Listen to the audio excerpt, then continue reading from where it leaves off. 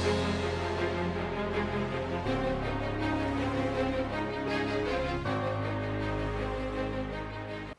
दोस्तों, शुरू करते हैं अगली क्लास, एपिसोड नंबर 9। तो हम पढ़ रहे हैं, आपको अब तो पता ही होगा, 12वीं क्लास 12 का एक चैप्टर है वेक्टर्स कर रहे हैं। इसके बाद हम कोऑर्डिनेट ज्योमेट्री करेंगे। हर वेक्टर को हमने ना एपिसोड्स में डिवाइड किया है, लेक्चर्स की जगह नाम रख दिया एपिसोड, एक ही बात है। एपिसोड 1, 2, 3, ये मेरे ख्याल से 20 या 22 एपिसोड में 22 एपिसोड्स में ये चैप्टर पूरा हो जाएगा। हमने एपिसोड 1 से 5 में बेसिक थ्योरी की थी, और एपिसोड नंबर 6, 7, 8 जो आप देख चुके हैं, उसमें हम प्रैक्टिस पेपर 1 के न्यूमेरिकल्स कर रहे थे, जो आप टू क्वेश्चन नंबर 16 हम कर चुके हैं। अब ये एपिसोड नंबर 9 है, जिसमें हम क्वेश्चन नंबर 17 के आगे करेंगे। अब ये जो असाइनमेंट है, जिसको हम बोलते हैं PP1 प्रैक्टिस पेपर 1, ये आपको मिलेगा कहाँ? आप एपिसोड नंबर 6 में जाइएगा, उसके कमेंट्स में जाइएगा, टॉप पे कमेंट पिंड है। पिंड मतलब वो वहीं पे फंसा रहेगा, वो कमेंट ऊपर नीचे नहीं होगा। उस कमेंट में ये इसका लिंक दिया हुआ है, तो उस लिंक से आप इसको डाउनलोड कर सकते हैं। डाउनलोड की फैसिलिटी नहीं है तो कोई बात नहीं, हर क्वेश्चन तो मैं ब्लैक बोर्ड पे लिख ही रहा हूँ, क्योंकि हर बच्चे के पास इतनी सुविधा नहीं होगी कि वो उसको डाउनलोड करे और उसकी प्रिंट आउट ले। डाउनलोड तो आप कर लोगे, उसमें तो कोई प्रॉब्लम नहीं है, प्रिंट आउट लेने में प्रॉब्लम आ सकती है, क्योंकि हम सबके पास नहीं होगा प्रिंटर। अब हम करेंगे क्वेश्चन नंबर 17, बिना टाइम वेस्ट किए फटाफट करते हैं। अब आपको दिया गया है एक ट्राइंगल ABC। हमें ना क्वेश्चन की लैंग्वेज भी पढ़ दूंगा, पहले मैं डायग्राम बना देता हूँ। जैसे कि हमेशा मैं बोलता आ रहा हूँ, डायग्राम बनाना बहुत जरूरी है। Two vectors represent the two sides of the triangle. मैं ए यहाँ से भी लिख सकता हूँ, यहाँ से भी लिख सकता हूँ, मैं यहाँ से लिख देता हूँ ABC। आप चाहें तो यहाँ से भी लिख सकते हैं ABC। यूजली चलते हैं एंटी क्लॉकवाइज, ऐसे ABC ऐसे कोई लिखता नहीं है। अब आपको लिखा है two vector J + K represent AB। तो ये एक वेक्टर है और ये आपको दिया गया है, पता है ये कितना दिया गया है? J + K, और इसका नाम क्वेश्चन पेपर में टाइप नहीं हुआ, इसका नाम A होना चाहिए। और एक वेक्टर दिया गया है AC, और इसको नाम दिया गया है स्मॉल b। ठीक है, 3i - j, इसको थोड़ा मिटा के लिख दें यहाँ पे, तो फिर वो माइनस साफ नजर आएगा, प्लस इसको भी यहाँ मिटा दें, +4। नीटनेस भी बहुत जरूरी है ना, प्रेजेंटेशन नीटनेस। आप देखो हो गया, और हमें निकालना है find the length of the median through a. अब ये पढ़ के ना मेरे को लगता है कि ये मज़ा नहीं आया। ए से ना मीडियन ऐसे बनेगा, मीडियन अगर मैं यहाँ से बनाऊँ ना तो देखने में अच्छा लगता है, तो अगर मैंने क्वेश्चन पूरा पढ़ लिया होता तो अच्छा होता। तो इसलिए ना एग्जाम में एकदम कूदना नहीं पड़ना चाहिए कि फट से, पहले एक बार क्वेश्चन तो पढ़ लो। तो अब मैंने क्वेश्चन नहीं पढ़ा तो अपनी मर्जी से शुरू हो गया। अब देखो मैं क्वेश्चन पढ़ देता हूँ। Two vector J + K and 3i - j + 4k represent the two sides AB and AC of triangle ABC। Find the length of median through A। हमें ना एक बहाना भी मिल गया, डायग्राम अब बड़ा बनाऊंगा, पिछला वाला डायग्राम छोटा लग रहा था। ये A हो गया, ये B, ये C, और ये हो गया इसका मीडियन। आपको पता है ना मीडियन क्या होता है? D होता है BC का मिड पॉइंट। A से D को ज्वाइन करेंगे, that will be called median through A। A line joining the vertex to the mid point of the opposite side. एक ट्राइंगल में कितने मीडियंस होते हैं आपको मालूम है? 3 होते हैं। एक ऐसे बनेगा ACD, एक यहाँ से बनेगा इसके मिड पॉइंट पे, एक यहाँ से, और ये तीनों कॉमन पॉइंट पे इंटरसेक्ट करते हैं, जिसको पॉइंट ऑफ कनकरेंसी भी बोलते हैं। और उस पॉइंट ऑफ कनकरेंसी का एक खास नाम है, सोच के रखिएगा, थोड़ी देर में मेरे को बताइएगा क्या नाम है उसका। अब वेक्टर AB दिया हुआ है, ये देखो अब ऐसे बन गया ना ये वेक्टर AB, और ये क्या दिया हुआ है? J + K, इसमें I 0 है, और क्या दिया है? वेक्टर AC, ये वाला दिया है, देखो ये रहा AC। एरो अच्छा नहीं बना, अभी सही है, ओके। और इसको स्मॉल b नाम दिया है, और इसका नाम है 3i, वेक्टर का है 3i - j + 4k। जब आप ना एग्जाम पेपर से, क्वेश्चन पेपर से अपने आंसर शीट में डेटा लिखते हैं ना, उसको एक बार डबल चेक कर लेना चाहिए। कई बार ना क्वेश्चन में हम कुछ पढ़ते हैं, यहाँ कुछ लिख देते हैं, और सारा क्वेश्चन हमारा करेक्ट होता है, लेकिन क्योंकि डेटा रॉन्ग है तो फिर मार्क्स कट जाते हैं, ऑलमोस्ट ज़्यादा पूरे ही कट सकते हैं। तो ये J + K मैं चेक कर रहा हूँ, AB है, 3i - j + 4k, ये AC है। बहुत ज़रूरी है आपको चेक करना। Find the length of the median through a. अच्छा क्वेश्चन है ये, और इतना आसान भी नहीं है। हमें AD की लेंथ निकालनी है। अगर आपने ये पहले ना किया हो तो आप फंस सकते हैं। देखो ये क्वेश्चन बहुत खूबसूरत है, चलते हैं ऐसा करते हैं। देखो कैन आई से AB + BC is equal to A C. इसको बोलते हैं triangle law of addition. A से बी गया, बी से सी गया और यहाँ थक गया, जाके बेंच पे बैठ गया। ए से शुरू किया था जर्नी, फालतू में घूमता घूमता सी पे आया, ये शॉर्टेस्ट डिस्टेंस है और ये एरो लगा देते हैं, स्ट्रेट लाइन से ज्वाइन करते हैं। और ना मैंने आपको पिछले एपिसोड नंबर ये 9 है ना, 8 में आपको बोला था कि ऐसे भी एक फॉर्मूला आप याद कर सकते हैं। ए बॉक्स, वहाँ पे भी मैंने क्यू लिखा था, is equal to A Q. मतलब क्या हुआ, यहाँ जो अल्फ़ाबेट होगा ना सेम सेम, तो ये किनारे वाले होते हैं। तो यहाँ देखो बी भी सेम है ना, तो किनारे वाले ए सी आ गया ये। अब तुम बोलोगे कि सर इससे क्या होगा, इससे ना मेरा बी सी निकलेगा। अब बी सी निकल के क्या होगा, उसके लिए थोड़ा सा इंतज़ार करते हैं, अभी आपको पता लग जाएगा 2 मिनट के बाद इससे होगा क्या। ये तो सबको पता है ना, ये ए बी को धक्का मार के राइट साइड पे ले गए। ओके, अब ए सी आपको दिया हुआ है, ये रहा ए सी, तो इसको हम ओरल भी माइनस कर सकते हैं, लेकिन उसमें खतरा है तो हम थोड़ा लिख के कर लेते हैं। एक लाइन तो फालतू हो गई है, ये हो गया माइनस ए बी, ये रहा ए बी जे प्लस के। अब माइनस को करने में तो आप एक्सपर्ट हो चुके हो, तो ये कितना हो जाएगा 3i में, तो यहाँ तो आई है ही नहीं, तो ऐसे ही रहेगा। ये माइनस जे है, ये भी माइनस जे है, तो ये माइनस 2j हो जाएगा। और ये है 4k माइनस के, तो ये हो जाएगा 3k। आई होप ये स्क्रीन में आ रहा है नीचे आपके रिकॉर्डिंग में, कहीं नीचे तो नहीं खिसक गया। तो ये हो गया 3i माइनस, वहाँ है नहीं छोड़ दो, minus J minus 2j plus 4k minus K plus 3k हो गया जी। ये वेक्टर बी सी आ गया।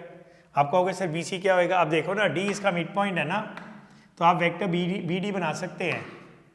तो vector B D will be vector B C divided by 2। क्यों? क्योंकि दोनों की डायरेक्शन सेम है ना, लेकिन इसका जो मैग्नीट्यूड है बी डी का, वो बी सी का आधा है, तो आप डायरेक्टली लिख सकते हैं B D is half of B C. अब इसको 2 से डिवाइड कर दो, तो कितना हो जाएगा ये, और अलग अलग भी कर दो साथ के साथ, एक स्टेप बच जाएगा 3/2 आई कैप। इस 2 को छोटा लिख दिया जाए, इस 3 में घुस से जा रहा था वो।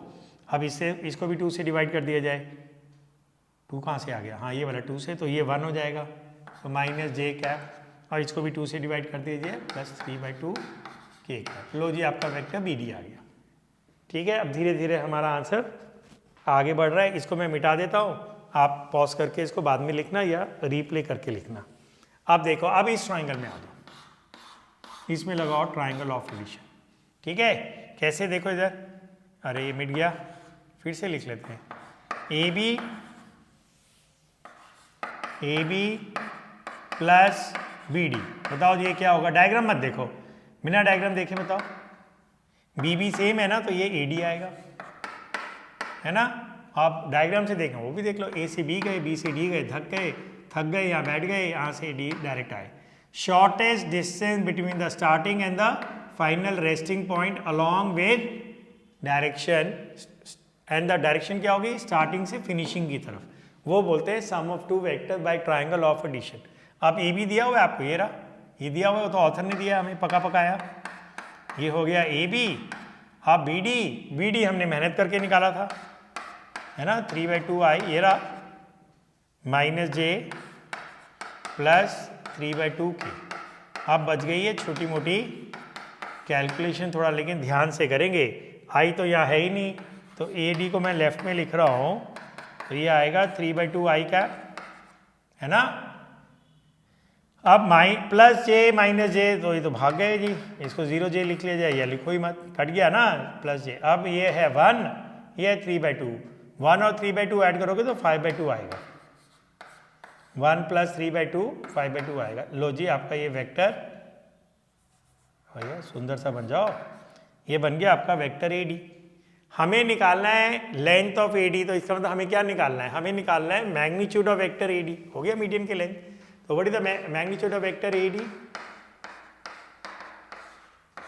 आई का जो कोफिशिएंट है उसको स्क्वायर करो, जे के कोफिशिएंट को स्क्वायर करो, और के कोफिशिएंट को भी स्क्वायर करो, और इनको हम ऐड कर दो, बस खत्म।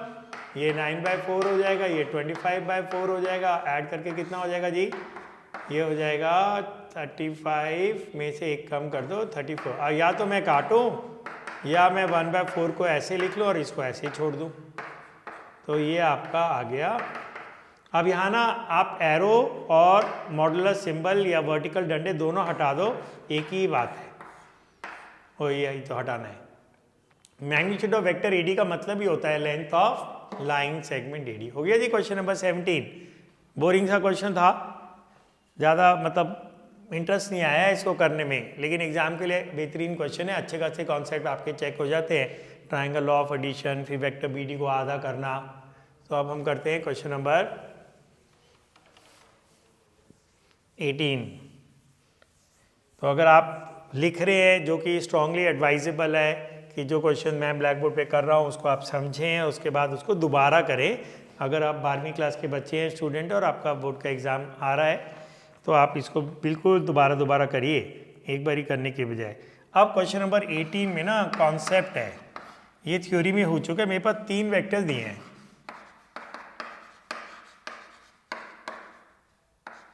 और ना इसके अंदर k मिसिंग है, तो मैं 0k लिख देता हूँ।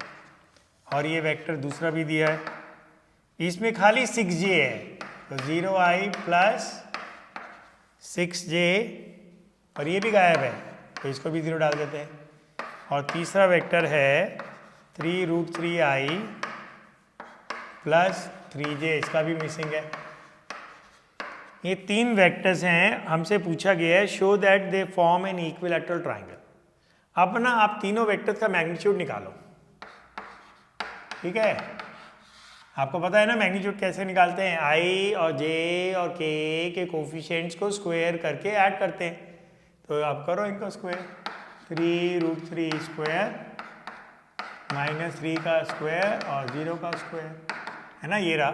अब 3√3 का स्क्वायर आता है आपको निकालना, 3 × 3 9, और इसका 3 हो जाएगा, 9 3 दा 27, 3 3 दा 9, और एक इसका भी 9 हो जाएगा। 27 में आप 9 ऐड करेंगे तो 36 आ जाएगा, और वो होगा 6। ये तो आपका 6 आ गया।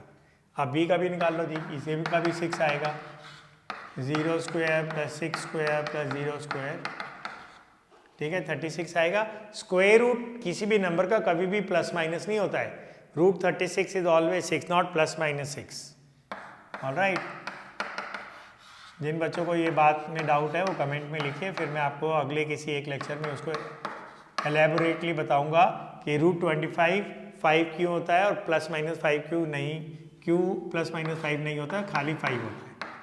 अब ये तो सेम नंबर्स है ना, सीधा 6 लिख दो। अब लिखेंगे बच्चे, since magnitude of A is equal to magnitude of B is equal to magnitude of C, therefore these vectors represent what? Represent sides of equilateral triangle. Okay, क्या लगता है आपको ये क्वेश्चन कंप्लीट है?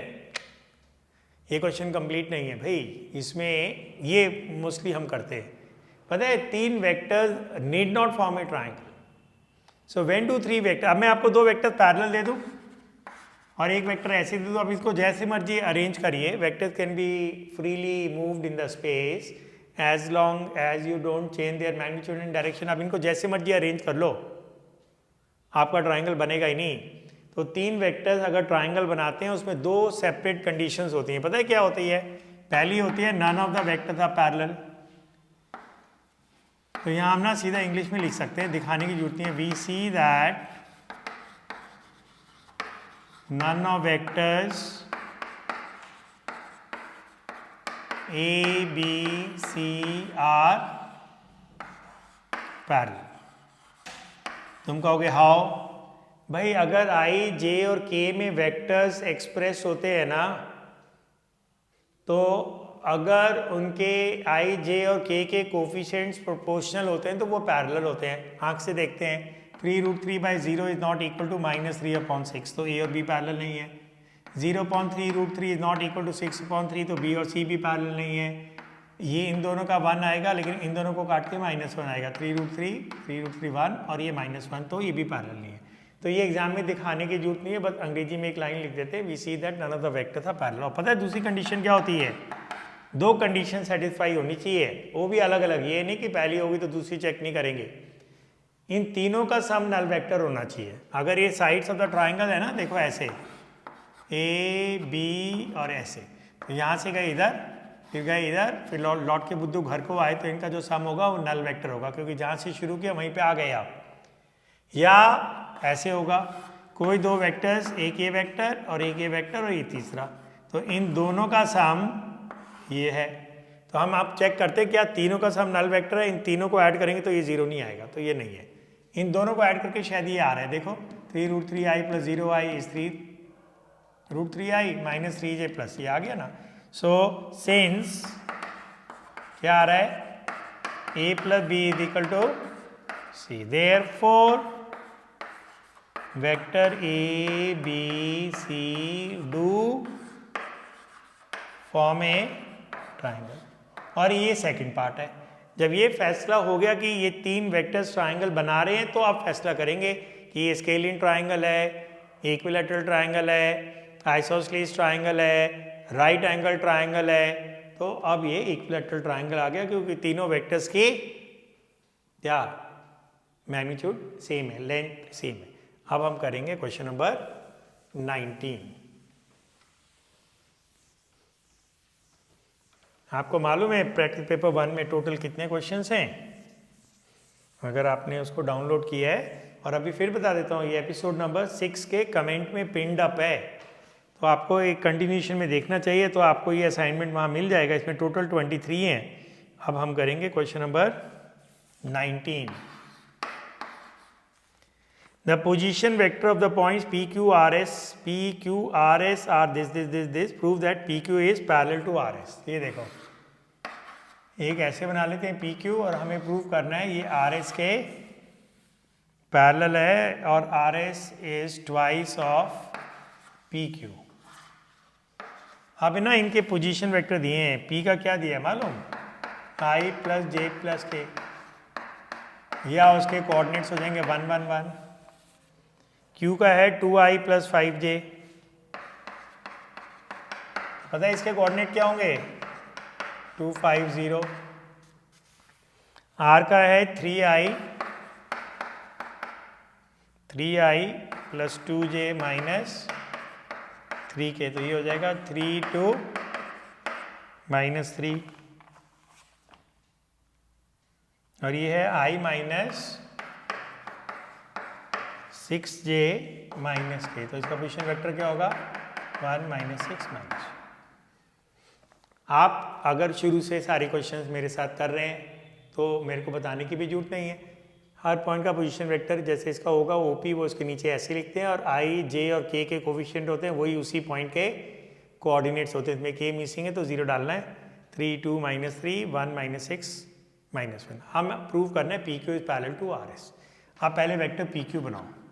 अब PQ बनाने के दो मेथड्स हैं, OQ position vector of Q, पीछे वाला अल्फाबेट -OP, या आप ऐसे माइनस कर दो x2 - x1, क्योंकि आप ये मान के हम चलेंगे ना कि अगर आप क्वेश्चन नंबर 19 कर रहे हैं, ये रहा ना 19 क्वेश्चन, तो आप पहले 18 कर चुके हैं, तो वो स्टेप हम डायरेक्ट लिखेंगे।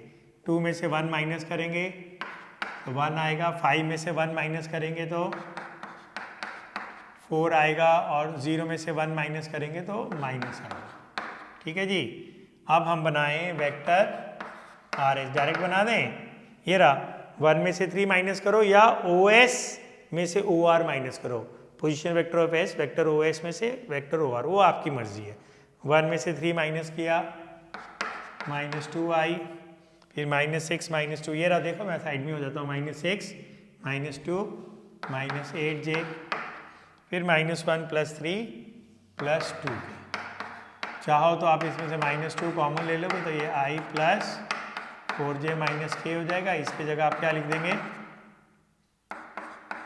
PQ। ये रहा ना PQ। अब यहाँ पे आपका एक ASC गोल्डन रूल लगेगा।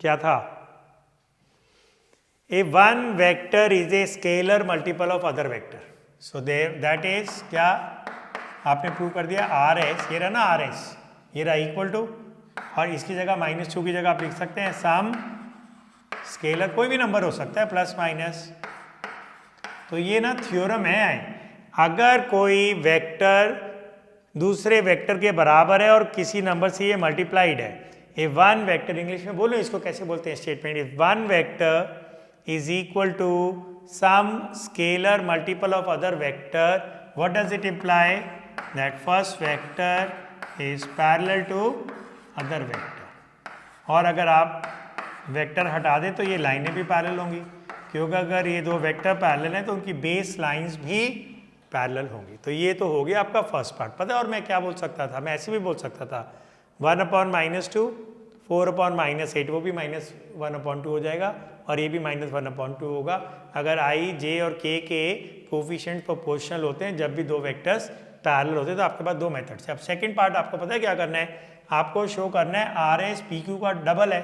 अब इसके दो मेथड्स हैं, आप क्या कर सकते हैं, PQ का वो निकाल सकते हैं, क्या मैग्नीट्यूड डायरेक्ट लिख दूँ, 1 का स्क्वायर 4 का स्क्वायर और ये हो गया कितना 18 को लिख सकते हैं 9 × 2, तो ये हो गया 3√2, थोड़ा छोटा लिखा है जगह कम थी, ठीक है। और RS का भी निकाल लेते हैं मैग्नीट्यूड, क्या होगा जी, डायरेक्ट लिख रहा हूँ इसको, -2 का स्क्वायर 4, ये देखो look at my finger and listen to my voice, -2 का स्क्वायर 4, -8 का स्क्वायर 64 और 2 का स्क्वायर 4, ये हो गया कितना हो गया 64 + 4 68, 72 हो गया।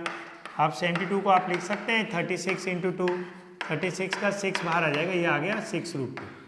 तो अब therefore RS magnitude is twice of magnitude of PQ, ये हो गया प्रूफ। दूसरा मेथड क्या है, आपने ऐसे प्रूफ किया था, देखो ये कॉन्सेप्चुअल है, ये आपने प्रूव किया, तो मैं आपको दोनों मेथड बता रहा हूँ, ये तो आसान वाला है, इसमें दिमाग नहीं रखता। PQ का मैग्नीट्यूड निकालो, RS का मैग्नीट्यूड निकालो और दिखा दो कि RS का मैग्नीट्यूड PQ के मैग्नीट्यूड से डबल है, तो प्रूव हो जाएगा RS is twice of PQ। दूसरा क्या है, ये वाला है, ये हमने प्रूव किया था ना, अगर दो वेक्टर्स इक्वल होते हैं तो आपका मैग्नीट्यूड भी इक्वल होता है ना, मैं ये भी बता रहा हूँ, ठीक है। ये लो जी,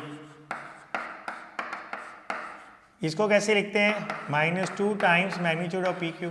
अब ये फॉर्मूला बताऊँ मैं आपको क्या है, ये देखिए लैम्डा PQ, लैम्डा एक स्केलर है, इसका मैग्नीट्यूड है, लैम्डा PQ एक वेक्टर, उसका मैग्नीट्यूड का फॉर्मूला होता है mod of lambda into magnitude of vector PQ। ये थ्योरी में हो चुका है तो अब दोबारा रिपीट नहीं करेंगे। इसको आप खाली RS भी लिख सकते हैं, mod ऑफ -2 2 होता है, और इसको खाली PQ भी लिख सकते हैं। तो आपका ये मेथड भी अच्छा है। अगर आपके कॉन्सेप्ट स्ट्रॉन्ग है तो ये वाला मेथड कम समय लेगा, मैग्नीट्यूड निकालने वाला मेथड ज़्यादा समय लगेगा। मेरे को उम्मीद है, आशा है कि आपको ये क्वेश्चन नंबर 19 भी बढ़िया समझ में आ गया होगा। आप इसको आराम से दोबारा देखिए, फ़ायदा उठाइए टेक्नोलॉजी का, 2 बारी देखिए 3 बारी देखिए, आपके दिमाग में घुस ही जाएगा। तो अब हम करेंगे अगला क्वेश्चन, और अगर आपको फिर भी ज़रूरत पड़ती है ना, आप कमेंट में लिखिए, मैं आपका आंसर देने की पूरी कोशिश करूँगा। अब हम करेंगे question number 20। AB is a vector such that, आपके पास प्रिंट आउट है तो बहुत अच्छा है, डाउनलोडेड है तो भी अच्छा है। AB इज ए वेक्टर जिसका मैग्नीट्यूड दिया हुआ है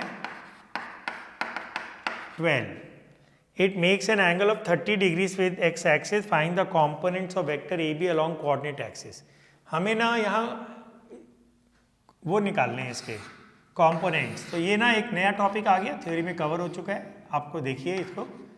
अभी तक जो क्वेश्चन थे ना उसमें कंपोनेंट वाला नहीं था, ये मैंने बना दिए X axis and Y axis. एक वेक्टर है जिसका मैग्नीट्यूड है 12 और जो एंगल बनाता है पॉजिटिव एक्स एक्सिस से एंटी क्लॉकवाइज डायरेक्शन में थीटा 30 डिग्री। सो ये हम ना जरूरी नहीं है ये भी यहाँ बनाए, ओरिजिन से कोइंसाइड कर देते हैं, इसको मिटा देते हैं, इसी जगह ए लिख देते हैं। ये बन गया मेरा वेक्टर ए बी जिसकी मैग्नीट्यूड है 12 और ये एंगल है, ये डायग्राम हो गया आपका, ठीक है, वेक्टर ए बी। अब तुम कहोगे सर आपने ओरिजिन से क्यों मिलाया, भाई आप यहाँ भी बना लो, उसमें क्या है, फिर उसको खींच खींच के ऐसे ले आओ, क्योंकि अभी तो आपको पता है ना vectors are free to be moved in the space as long as you don't change their magnitude and direction. अब आप यहाँ से एक परपेंडिकुलर लेंगे, थ्योरी देखेंगे ना, मैंने वर्ड यूज किया था ड्रॉप योर एंकर्स। इस वेक्टर का अगर इस लाइन या वेक्टर पे कंपोनेंट निकालना है तो यहाँ से एक एंकर गिराइए, जरूरत ही नहीं है तो टच कर रहा है, एक यहाँ से गिरा दीजिए। ये जो वेक्टर बनेगा ना ये होगा कंपोनेंट अलोंग एक्स एक्सिस, जिसका दूसरा नाम होता है एक्स कंपोनेंट। अब बताओ इसका मैग्नीट्यूड क्या होगा। अगर इस ट्राइंगल में आप cos 30 लगाओगे ना, करली ब्राउन हेयर, ये क्या होता है चलो बाद में बताऊंगा। बेस अपॉन हाइपोटेन्यूज cos 30 कितना होता है √3/2, AC नहीं मालूम, ए भी कितना है 12, ऐसे कट जाएगा और क्रॉस मल्टीप्लाई करेंगे तो AC कितना आएगा, ठीक हो गया। तो इसकी लेंथ कितनी है 6√3। डायरेक्शन क्या है अलोंग एक्स एक्सिस, उस एक्सिस के अलोंग यूनिट वेक्टर आई कैप होता है। तो इस मैग्नीट्यूड से अगर आई कैप से कन्वर्ट मल्टीप्लाई कर दिया जाए तो आपका वेक्टर AC बन जाएगा। तो पता है वेक्टर AC क्या होएगा, मैं लिख के बताऊँ आपको, 6√3 आई कैप। आप बताओ इस वेक्टर की डायरेक्शन क्या है, सेम एज दैट ऑफ आई, आई की डायरेक्शन तो ये होती है ना, आपको पता ही है unit vector along X axis. इसका मैग्नीट्यूड क्या है 6√3 times magnitude of vector I, magnitude of vector I 1 होता है तो इसका मैग्नीट्यूड हो गया 6√3। तो हमारा भी तो आया था 6√3 और डायरेक्शन भी हमने चिपका दी, बन गया। इसको क्या बोलते हैं, इसको बोलते हैं एक्स कंपोनेंट। मैंने कंपोनेंट को शॉर्टकट में लिख दिया, ठीक है, आगे के अल्फाबेट्स डाल देना। अब आपको वाई कंपोनेंट निकालना है, कंपोनेंट तो आप वही सेम अक्षर, ड्रॉप योर एंकर्स। अब ये कितना होगा, आप ये 30 है ना, आप ये वाला निकाल लो। अब इसी ट्राइंगल में आप sin 30 लगा दो, क्या होता है सम पीपल हैव। तुम कहोगे सर क्या बोल रहे हैं सम पीपल हैव, बहुत सारे बच्चों को पता है परपेंडिकुलर अपॉन हाइपोटेन्यूज। तो ये बातें हम बाद में करेंगे। What is this, some people have curly brown hair, turn permanently black hair through proper brushing. sin 30 की वैल्यू हाफ होती है, BC मेरे को नहीं मालूम है, AB 12 है, कट के BC कितना आया 6। अगर ये 6 है तो ये भी 6 होगा। और इधर क्या डायरेक्शन होती है J का, तो इसको थोड़ा मिटा दिया जाए, देयरफॉर अब इसको भी मिटा देते हैं यार, जगह कम है। तो y कंपोनेंट क्या होगा, यहाँ पूरा लिख देता हूँ चलो। y कंपोनेंट क्या होगा, वेक्टर AD होगा, और वेक्टर AD क्या होगा 6j कैप। तो आपका x कंपोनेंट हो गया 6√3 आई कैप और y कंपोनेंट हो गया 6j कैप। तो ये हो गया आपका क्वेश्चन नंबर 20। तो ये कंपोनेंट का था। अब हम करेंगे क्वेश्चन नंबर 21, वो इस क्लास का आखिरी क्वेश्चन होगा। फिर हमारा एपिसोड 10 आएगा जिसके अंदर हमारे 2 क्वेश्चन बचेंगे, वो करेंगे। ऑलराइट, अब इसमें सेम है, कंपोनेंट है, AB दिया हुआ है, उसका मैग्नीट्यूड दिया हुआ है 10 और इसका एंगल दिया हुआ है 210 डिग्री, थोड़ा बड़ा है 30 की बजाय 210। आइए बनाते हैं एक्चुअल डायग्राम। इसमें ना एक्चुअल डायग्राम बहुत जरूरी है। ओके, एंगल बनता हमेशा यहाँ से है, तो शुरू हो जाओ 90, 180 और 30 और आगे जाओगे तो ये बनेगा आपका, ये लीजिए, ये बन गया एरो, ये A, ये B और इसकी लेंथ कितनी है 10 यूनिट और ये एंगल कितना है 210 डिग्री ना 180। तो ये कितना होगा सबको पता है, ये होगा 30 डिग्री। अब आपको निकालना है component along X and Y axis. कौन से 3 अक्षर है, ड्रॉप योर एंकर्स, तो इसको C मार्क कर दे और एक और एंकर यहाँ। थोड़े पैसे खर्च होंगे, आपको एंकर गिराना पड़ेगा। एंकर को मैं पता क्या मतलब है, you drop perpendicular from that point on the line on which you are finding the component. ठीक हो गया, हो गया ये। अब इसकी डायरेक्शन ये होगी, ये तो माइनस आई कैप है एक्स एक्सिस, लेकिन उल्टी डायरेक्शन में ये माइनस जे कैप है। मैग्नीट्यूड निकलेंगे ट्रिग्नोमेट्री से, ये 30 है ना, इसमें लगेगा cos 30।